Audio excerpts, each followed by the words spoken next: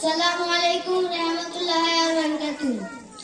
মনের ঘরেতে রেখেছি যারে, দো জাহানের বাচ্চা নবী কমলিওয়ালা রে, দো জাহানের বাচ্চা নবী কমলিওয়ালা রে।